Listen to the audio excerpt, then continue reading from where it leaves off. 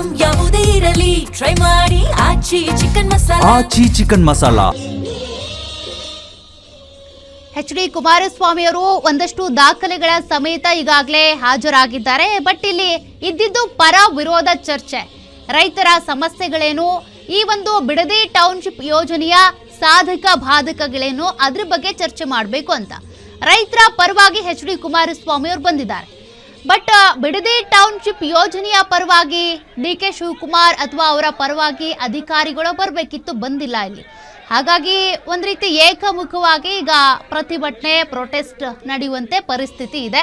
ಕಾರಣ ಭೈರಮಂಗಲಕ್ಕೆ ಬನ್ನಿ ಅಂತ HD ಕುಮಾರಸ್ವಾಮಿ ಅವರು DK ಶಿವಕುಮಾರ್ ಅವರಿಗೆ ಆಹ್ವಾನ ಕೊಟ್ಟಿದ್ರು. ಆದರೆ DK ಶಿವಕುಮಾರ್ ಅವರು ಕರೆದಿದ್ದು ವಿಧಾನಸೌಧಕ್ಕೆ.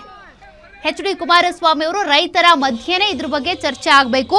ನೀವು ಹೇಳ್ತೀರಿ ಸರ್ಕಾರ ಹೇಳುತ್ತೆ 80% ರೈತರು ಭೂಮಿ ಕೊಡೋದಕ್ಕೆ ಒಪ್ಕೊಂಡಿದ್ದಾರೆ ಅಂತ. ಆದರೆ ನಾನು ಹೇಳ್ತೀನಿ 80% ರೈತರು ಭೂಮಿ ಕೊಡೋದಕ್ಕೆ ಒಪ್ಕೊಂಡಿಲ್ಲ ಅಂತ. ಹಾಗಾಗಿ ರೈತರ ಮಧ್ಯೆನೇ ಮುಖಾಮುಖಿಯಾಗಿ ಚರ್ಚೆ ಆಗಲಿ ಅನ್ನೋದು HD ಕುಮಾರಸ್ವಾಮಿ ಅವರ ಒತ್ತಾಯ ಆಗಿತ್ತು. ಆದರೆ DK ಶಿವಕುಮಾರ್ ಅವರು ಈ ಚರ್ಚೆಗೆ ಬಂದಿಲ್ಲ. ಹಾಗಾಗಿ ಈ ಒಂದು ಚರ್ಚೆನೋ ಅಥವಾ ಹೋರಾಟನೋ ಯಾವತ್ತ ಹೆಂಗೆ ಸಾಗುತ್ತೆ ಅನ್ನೋದೇ ಸದ್ಯಕ್ಕಿರುವಂಥ ಕುತೂಹಲ. ಈಗಾಗಲೇ ರೈತರೇನೋ ಜಮಾವಣೆ ಆಗಿದ್ದಾರೆ, ಮತ್ತೊಂದು ಕಡೆ ಪೊಲೀಸರು ಕೂಡ ಭಾರಿ ಬಿಗಿ ಭದ್ರತೆಯನ್ನು ಕೊಟ್ಟಿದ್ದಾರೆ.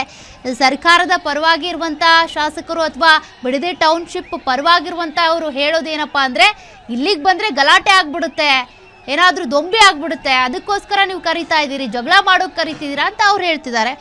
ಮತ್ತೊಂದು ಕಡೆ ಇಲ್ಲಿ ಬಿಡದಿ ಟೌನ್ಶಿಪ್ ವಿರೋಧಿಸಿ ಪ್ರತಿಭಟನೆ ಮಾಡೋರು ಹೇಳೋದೇನು ಅಂದರೆ, ಸರ್ಕಾರ ನಿಮ್ಮದೇ ಇದೆ, ಗೃಹ ಇಲಾಖೆ ಇದೆ, ಪೊಲೀಸರಿದ್ದಾರೆ, ಎಲ್ಲವನ್ನೂ ಕೂಡ ಹದ್ದು ಬಸ್ನಲ್ಲಿ ಇಡೋದಕ್ಕಾಗಲ್ವಾ, ನಿಮಗೆ ಗಲಾಟೆ ಆಗದೇ ಇರೋ ರೀತಿಯಾಗಿ ನೋಡ್ಕೊಳ್ಳೋದಕ್ಕಾಗಲ್ವಾ, ವ್ಯವಸ್ಥಿತವಾಗಿ ಒಂದು ಪ್ರೊಟೆಸ್ಟ್ ಮಾಡೋದಕ್ಕಾಗಲ್ವಾ ಹಾಗಾದರೆ ಅನ್ನೋದು ಕೂಡ ಪ್ರಶ್ನೆ ಇದೆ. HD ಕುಮಾರಸ್ವಾಮಿ ಅವರ ಹೋರಾಟ ಅಂತೂ ಈಗಾಗಲೇ ಶುರುವಾಗಿದೆ ರೈತರ ಪರವಾಗಿ. ಆರಂಭದಲ್ಲಿ ಅವರೇ ಈ ಯೋಜನೆಯನ್ನು ಪರಿಚಯಿಸಿದ್ದಾದರೂ ಕೂಡ ಅವರು ಯೋಜನೆಯನ್ನು ಕೈ ಬಿಟ್ಟಿದ್ರು. ಈಗ ಅದೇ ಯೋಜನೆಯನ್ನೇ ಮತ್ತೆ ಮುನ್ನೆಲೆಗೆ ತಂದಿರೋದು CM DK ಶಿವಕುಮಾರ್ ಅವರು. ಈ ಯೋಜನೆ ಮಾಡೇ ಮಾಡ್ತೀನಿ ಅಂತ. ಬಟ್ ರೈತರಿಗೆ ಲಾಭ ಆಗುವಂಥ ಯೋಜನೆ ಮಾಡಬೇಕು. ಈಗ ಯಾವ ಯೋಜನೆ ಬಂದರೂ ಪರ ವಿರೋಧ ಇದ್ದೇ ಇರುತ್ತೆ. ಆದರೆ ಇಲ್ಲಿ ಆಲ್ಮೋಸ್ಟ್ ವಿರೋಧನೇ ಇರೋದ್ರಿಂದ ಯಾತಕ್ಕಾಗಿ ಯೋಜನೆ? ನಾವೀಗ ಒಂದು ಸಿಟಿಯಲ್ಲಿ ಇದ್ದೀವಿ ಅಂತ ಅಂದರೆ ಹಳ್ಳಿಯಿಂದ ಅಕ್ಕಿನೋ ಭತ್ತನೋ ಅಥವಾ ತರಕಾರಿ ಇದನ್ನು ತರಿಸ್ಕೊಳ್ಬೋದು. ಬಟ್ ಸಿಟಿಲಿ ಇದ್ಕೊಂಡು ನಾವು ಭತ್ತ ಅಕ್ಕಿ ಬೆಳೆಯೋದಕ್ಕಾಗುತ್ತಾ? ಅದನ್ನ ನಾವು ಉತ್ಪಾದನೆ ಮಾಡೋದಕ್ಕಾಗುತ್ತಾ? ಯೋಚನೆ ಮಾಡಬೇಕಲ್ಲ. ಇರೋವಂಥ ಫಲವತ್ತಾದ ಭೂಮಿಯನ್ನು ಹಾಳು ಮಾಡಿ ಸಿಟಿ ಮಾಡೋದಕ್ಕೆ ಹೋಗ್ತೀವಿ ಅಂತ ಅಂದರೆ ನಮ್ಮಂಥ ದಡ್ರು ಮತ್ತಾರೂ ಇಲ್ಲ. ಹಾಗಾಗಿ ಫಲವತ್ತಾದ ಭೂಮಿಯನ್ನು ಬಿಡೋದಕ್ಕೆ ನಾವು ರೆಡಿ ಇಲ್ಲ ಅಂತಾರೆ ರೈತರು. ಗ್ಯಾರಂಟಿ ನ್ಯೂಸ್ ಕೂಡ ಗ್ರೌಂಡ್ ರಿಪೋರ್ಟ್ ಮಾಡಿದಾಗ ನೀವು ಗಮನಿಸಿದ್ರಿ ಯಾವ ರೀತಿಯಾಗಿ ರೈತರು ಮಿಶ್ರ ಬೆಳೆ ಬೆಳೆದಿದ್ದಾರೆ, ವಿವಿಧ ರೀತಿಯ ಬೆಳೆಗಳನ್ನು ಬೆಳೆದಿದ್ದಾರೆ ಅಂತ.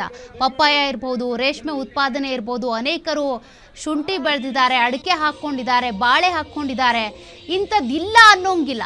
ಮಲೆನಾಡಿನಲ್ಲಿ ಏನೆಲ್ಲ ಬೆಳೀತಾರೋ ಅದಕ್ಕೂ ಹೆಚ್ಚಾಗಿ ಈ ಬಿಡದಿಯಲ್ಲಿ ಬೇರೆ ಬೇರೆ ರೀತಿಯ ಬೆಳೆಗಳನ್ನು ರೈತರು ಬೆಳೆದು ತೋರಿಸ್ತಾ ಇದ್ದಾರೆ. ಇಂಥ ಭೂಮಿಯನ್ನು ನಾವು ಬಿಟ್ಕೊಡ್ಬೇಕಾ ಅನ್ನೋದು ರೈತರ ಪ್ರಶ್ನೆ. ಹಾಗಾಗಿನೇ ತಮ್ಮ ಭೂಮಿಯ ಉಳಿವಿಗಾಗಿ ರೈತರಿಗೆ ಹೋರಾಟವನ್ನು ಮಾಡ್ತಾ ಇದ್ದಾರೆ. ಈ ಯೋಜನೆಯನ್ನು ಕೈ ಬಿಡಬೇಕು ಅನ್ನೋದು ರೈತರ ಒತ್ತಾಯ. ಅದ್ರ ಜೊತೆಗೆ ಅನೇಕ ಮಾಧ್ಯಮಗಳು ಕೂಡ ಈಗಾಗಲೇ ರೈತರ ಬೆನ್ನೆಲುಬಾಗಿ ಸಪೋರ್ಟಿವ್ ಆಗಿ ನಿಂತ್ಕೊಳ್ತಾ ಇವೆ. ಬಟ್ ಸರ್ಕಾರ ನಾನು ಈ ಯೋಜನೆ ಮಾಡೇ ಮಾಡ್ತೀನಿ ಅಂತೇಳಿ DK ಶಿವಕುಮಾರ್ ಅವರು ಹೇಳ್ತಾ ಇದ್ದಾರೆ. ಈಗ ಅದಕ್ಕೆ ಸಂಬಂಧಪಟ್ಟಂತೆ ಸಮರ್ಥನೆ ಮಾಡ್ಕೊಳ್ಳೋದಕ್ಕೆ ಬಿಡದಿ ಟೌನ್ಶಿಪ್ ಪರವಾಗಿ ಏನೀಗ ಅಲ್ಲಿ ವೇದಿಕೆ ನಿರ್ಮಾಣ ಆಗಿದೆ. ಆ ವೇದಿಕೆಯಲ್ಲಿ ಕೆಲ ರೈತರು, ಭೂಮಿ ಕೊಡೋದಕ್ಕೆ ಒಪ್ಕೊಂಡಿರೋ ಕೆಲ ರೈತರು ಬಿಟ್ಟರೆ ಅದರ ಪರವಾಗಿ ಯಾವ ಅಧಿಕಾರಿಗಳಾಗಲಿ ಮುಖಂಡರಾಗಲಿ ಅಲ್ಲಿ ಇಲ್ಲ.